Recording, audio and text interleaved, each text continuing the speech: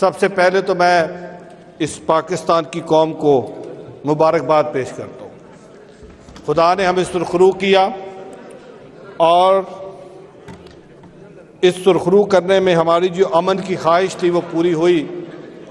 इस पे कोई शक नहीं कि पाकिस्तान की ये धरती, जिसको मैं अपने अकीदे के मुताबिक इसको पवित्र धरती मानता हूँ, मेरा हर सिख दुनिया के किसी कोने में बैठा है उसके लिए धरती बड़ी पवित्र है, क्योंकि मेरे सिख मज़हब की बुनियाद यहाँ पे है।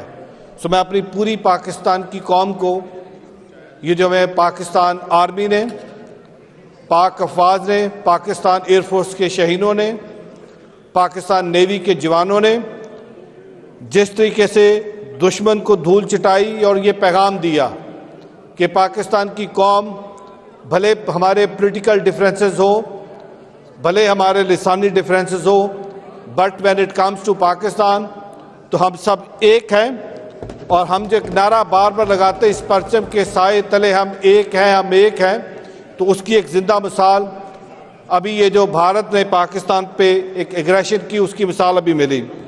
मैं उसके बाद अपने कायद मियाँ मोहम्मद नवाज शरीफ साहब का शुक्रगुजार हूँ, जिनकी कायदाना सोच, कायदाना सलाहियत और उन्हीं के विजन के मुताबिक वज़ीर आज़म पाकिस्तान, उनकी हिकमत अमली, आर्मी चीफ जनाब सैयद आसिम साहब, air marshal, air chief, navy के चीफ और पूरी टीम ने मिलकर जिस तरीके से दिलेराना तरीके से इस पूरे ऑपरेशन को किया, तो मैं सबका शुक्रगुजार हूँ और शुक्रिया अदा करता हूँ कि हमने इस जो हमारी अमन की काविश है उसको हमने अचीव किया।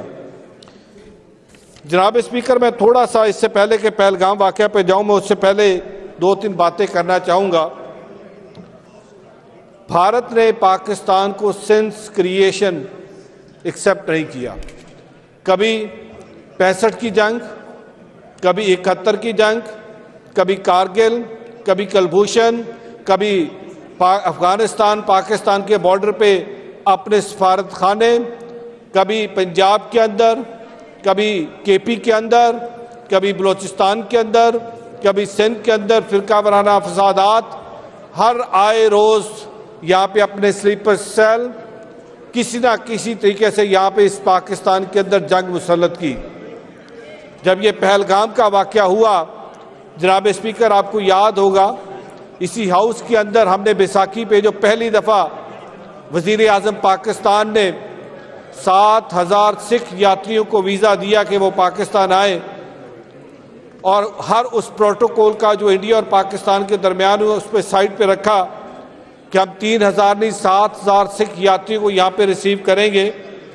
और वो सिख यात्री यहाँ से मोहब्बत का पैगाम लेके गए। 20 तारीख को उन्होंने बॉर्डर क्रॉस किया और पाकिस्तान जिंदाबाद के नारे लगाए। जनाब स्पीकर, उन्होंने कहा पाकिस्तान जिंदाबाद। क्यों? क्योंकि पाकिस्तानियों ने उनको मोहब्बत दी, पाकिस्तानियों ने उनको प्यार दिया। और 2 दिन बाद पहलगाम का ये फॉल्स फ्लैग ऑपरेशन होता है। मैं अप्रिशिएट करता हूँ अपने फॉरेन ऑफिस को, मैं अप्रिशिएट करता हूँ अपने डिफेंस मिनिस्टर साहब को, और मैं अप्रिशिएट करता हूँ अपने वज़ीर आज़म पाकिस्तान को, जिन्होंने कहा हम तहकीकात के लिए पाकिस्तान हाजिर है, आए आज़ादाना तहकीकात करते हैं। लेकिन कौन सी तहकीकात? वो तो RSS का, बजरंग दल का, शिवसेना की वो फिलॉसफी है, जिस फिलॉसफी में सिर्फ वहाँ पे हिंदुत्व की बात की जाती है, जिस फिलॉसफी के तहत वहाँ पे अक़लियतों को मारा जाता है, जिस फिलॉसफी के तहत वहाँ पे बुचरा गुजरात का लक़ब मिलता है मौजूदा वज़ीर आज़म मोदी को। क्यों? क्योंकि वो अपने अलावा किसी और को एक्सेप्ट नहीं करता। पहलगाम हुआ, उन्होंने कहा हमने जंग लड़नी, हमने कहा हम अमन चाहते हैं, क्योंकि हम एक रिस्पॉन्सिबल स्टेट है, हम ये चाहेंगे कि इस खित्ते के अंदर अमन हो। मोदी सरकार अकेली भारत को रिप्रेजेंट नहीं करती। भारत के अंदर सेकुलरिज्म, अभी भी कुछ लोग ऐसे मौजूद हैं जो सेकुलरिज्म की बात करते हैं। भारत के अंदर अभी भी ऐसे लोग मौजूद हैं जो अमन की बात करते हैं। लेकिन मोदी सरकार ने उन सबकी बात सुनी, अनसुनी की। और इस वक्त जो गोदी मीडिया बैठा है भारत का, जो मीडिया की बजाय ज्यादा इस वक्त बॉलीवुड का रोल प्ले कर रहा है, बॉलीवुड वाली जो एक्टिंग है वो इस वक्त वहाँ के मीडिया ने की, और जिस तरीके से इस अमन की पूरी काविश को ख़राब करने की कोशिश की, मैं खराज तहसीन पेश करता हूँ अपनी हुकूमत को कि हमारी एक ही बात रही कि हम अमन चाहते हैं। होता क्या है कि 6 और 7 की शब एक यहाँ पे मिसाइल अटैक किया जाता है और हमारे मुल्क के अंदर जो हमारी शहरी आबादियाँ हैं जहाँ पे बच्चे सो रहे होते हैं जनाब स्पीकर, वहाँ पे अटैक किया जाता है। अटैक करके 2 साल से लेकर 7 साल के छोटे बच्चे, आज उन छोटे बच्चों का खून हिसाब मांगता है कि क्या वो जो पहलगाम का फॉल्स फ्लैग ऑपरेशन था वो हमने किया था, उनके खून का हिसाब कौन देगा? आज वो खून आलमी दुनिया से पूछता है, यूनाइटेड नेशन से पूछता है, ह्यूमन राइट्स के डिफेंडर से पूछता है कि आप तो बड़ा क्लेम करते थे कि आलमी कवानीन है, लेकिन भारत उन आलमी कवानीन की धज्जियां उड़ाते हुए पाकिस्तान के ऊपर अटैक करता है, पाकिस्तान की टेरिटोरियल इंटेग्रिटी को, पाकिस्तान की सॉवरेनिटी को धज्जियां उतार के पाकिस्तान के ऊपर अटैक करके हमला करता है। आई विश कि जब जाफर एक्सप्रेस का वाकया हुआ था, जिस तरह पाकिस्तान ने कहा हमें पहलगाम के वाकये का अफसोस है, हम इज़हारे अफसोस करते हैं, इज़हारे गम करते हैं और हम कंडेम करते हैं। आई विश कि जब जाफर एक्सप्रेस का वाकया हुआ था तो उस वक्त वहाँ से अफसोस आता, बट क्यों करते? क्योंकि उसके ताने बाने तो मिल कहीं और रहे थे ना, उसके ताने बाने तो कहीं और से चल के आए थे, तो वो अफसोस क्यों करते? जनाब स्पीकर, ये बात यहाँ तक नहीं रुकती और मैं चाहूँगा कि अब इसके बाद मैं पंजाबी में अपनी सिख कौम का शुक्रिया अदा करूँ, अपनी वो सिख कौम का जिन्होंने कि असी चट्टान की तरह पाकिस्तान के नाल खड़े हाँ। अमरीका तो लैके भारत तक हर सिख ने कि असी चट्टान के नाल पाकिस्तान के नाल खड़े हाँ। क्यों? क्योंकि उन्होंने कहा पाकिस्तान साड़ी पवित्र धरती है। सिख कौम ने कहा असी पाकिस्तान के नाल खड़े हाँ। वो मुल्क जिहदी मोदी सरकार के बारे मशहूर है कि बुचर ने, वो मुल्क जिथे अकलीता नूं तहफ़्फ़ुज़ देंगे, उस मुल्क के शहरियों ने कहा कि असी इस पंजाब, लहंदा पंजाब ते चढ़दा पंजाब असी खून खराबा नहीं होने देंगे। अगर मोदी सरकार नूं बहुत शौक है जंग लड़न दा, जावन राजस्थान ते राही जावन गुजरात, जिथों उहदा दा लकब है बुजर ऑफ गुजरात दा।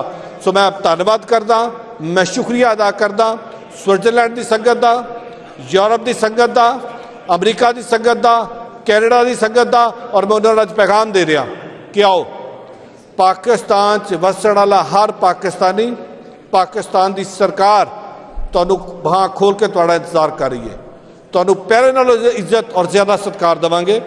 क्यों? क्योंकि जो पता लगा मोदी सरकार नूं कि पाकिस्तान के बारे सिख तो बड़ा पॉजिटिव है, उन्होंने मैं नफरत किदा पैदा करा। जनाब स्पीकर, ये बात यहाँ तक नहीं रुकती। आप जुल्म की इंतहा देखिए कि 7 तारीख की दोपहर को यहाँ पे भी राना अरशद साहब बैठे थे, ननकाना साहब पे ड्रोन अटैक भेजा जाता है। ननकाना साहब क्या है? ननकाना साहब मेरी होंद है। ननकाना साहब मेरे लिए ऐसे जैसे आपके लिए मक्कातुल मुकर्रमा और मदीनातुल मुनव्वरा, मेरी उस जगह पे अटैक किया जाता है। उसी दिन रात को बैलिस्टिक मिसाइल छोड़ के अमृतसर पे अटैक किया जाता है। क्यों? ताकि सिख को ये पैगाम दिया जाए कि पाकिस्तान आपकी मुतबारक जगहों पे अटैक कर रहा है। लेकिन मैं अप्रिशिएट करता हूँ अपनी सिख कौम को, मेरी सिख कौम डटी रही आखिरी लम्हे तक अपने पाकिस्तान के उस मौक़िफ़ के साथ जो अमन की हम बात करते हैं। सो मैं अपनी दुनिया भर की सिख कौम का शुक्रिया अदा करता हूँ। जनाब स्पीकर, अब सीज़ फायर हो गया। अब सीज़ फायर के बाद आज रात को DGMOs की बात होगी और उस बातचीत में सीज़ फायर के आगे का जो लाए अमल है वो तरतीब दिया जाएगा। और मेरी ये ख्वाहिश होगी और मैं चाहूँगा, क्योंकि भारत ने हमेशा ये किया है, हर जंग के बाद, हर इस तरह की एग्रेशन के बाद सीज़ फायर होता है, लेकिन उस सीज़ फायर की वायलेशन होती है। हमारी इंडस वाटर ट्रीटी जो हमारी लाइफ लाइन है, हमारा पानी रोका गया, आबी जारियत की गई, मीडिया के ऊपर बाकायदा तौर पे एक वार खेली गई। आज हमें ये देखना है कि हमने भारत के साथ मिलकर सबसे पहले इंडस वाटर ट्रीटी को बहाल करना है। करतारपुर कॉरिडोर जो मियाँ नवाज शरीफ साहब की सोच थी, मियाँ नवाज शरीफ साहब का सिख कौम के लिए तोहफा था, आज उस करतारपुर कॉरिडोर को दोबारा बंद किया।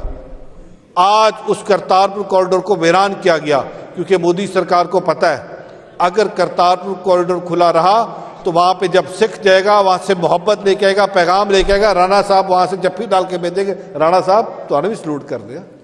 जनाब ਅਸੀਂ ਹਮੇਸ਼ਾ ਤੁਹਾਨੂੰ ਐਕਨੋਲੇਜ ਕੀਤਾ ਕਿ ਤੁਹਾਡੀ ਦੌਰੇ ਹੁਕੂਮਤ ਬੜੇ लेकिन सोच साड़ी सी ਤੁਸੀਂ ਬਣਾਇਆ ਅਸੀਂ ਤੁਹਾਡਾ भी शुक्रिया अदा करते हैं। तो मैं ये चाहूँगा कि करतारपुर कॉरिडोर को दोबारा बहाल किया जाए और आज इसी हाउस से मैं अपनी सिख कौम को ये भी पैगाम देता हूँ कि पाकिस्तान ने कहा कि हम भारतीयों को वीज़े नहीं देंगे, लेकिन जब सिख कौम की बारी आएगी हम कोई वीज़ा कैंसिल नहीं कर रहे। सो आज हम उनको पैगाम दे रहे हैं कि आप अप्लाई करें। हम चाहेंगे कि हमारा सिख इस पाकिस्तान के साथ जुड़े।